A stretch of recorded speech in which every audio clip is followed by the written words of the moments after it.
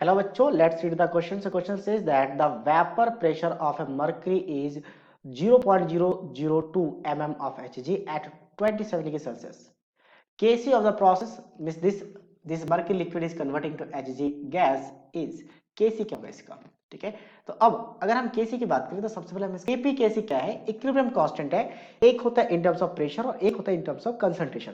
तो Kp define करते हैं partial pressure of to the power their stoichiometric coefficient. तो यहाँ पे मर्करी है तो उसका पार्शियल प्रेशर, उसका स्टोइचियोमेट्रिक कोएफिशिएंट 1 है और ये गैसेस के लिए लिया जाता है, अगर लिक्विड या सॉलिड है तो उसके लिए 1 मान लिया जाता है, तो ये इक्वल हो गया।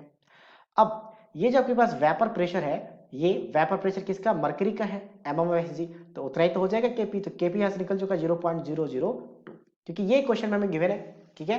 वेपर प्रेशर ऑफ मर्करी जो गैस के लिए डिफाइन होता है, इसके लिए डिफाइन होता है, तो वो क्वेश्चन में गिवन था, तो ये हमारा Kp आ चुका है। अब Kp Kc में एक इक्वेशन है, इक्वेशन क्या है, Kp is equal to Kc RT to the power delta Ng। अब डेल्टा Ng किस लिए, तो डेल्टा Ng होता है number of moles of product minus number of moles of reactant. तो प्रोडक्ट का नंबर ऑफ मोल्स यहाँ पे कितना 1 है, तो 1 आ जाएगा, और रिएक्टेंट का 0, क्योंकि यहाँ पे G लिखा है, G का मतलब गैसियस स्पेसिस होना चाहिए, तो रिएक्टेंट में लिक्विड है तो कंसीडर नहीं होगा, तो 1 आ जाएगा, ठीक है। ऐसा इसलिए होता है क्योंकि हम जो Kp डिफाइन करते हैं वो पार्शियल प्रेशर से डिफाइन होता है, और प्रेशर सिर्फ गैस के लिए डिफाइन होता है, इसीलिए हम लिक्विड और सॉलिड को कंसीडर नहीं करते।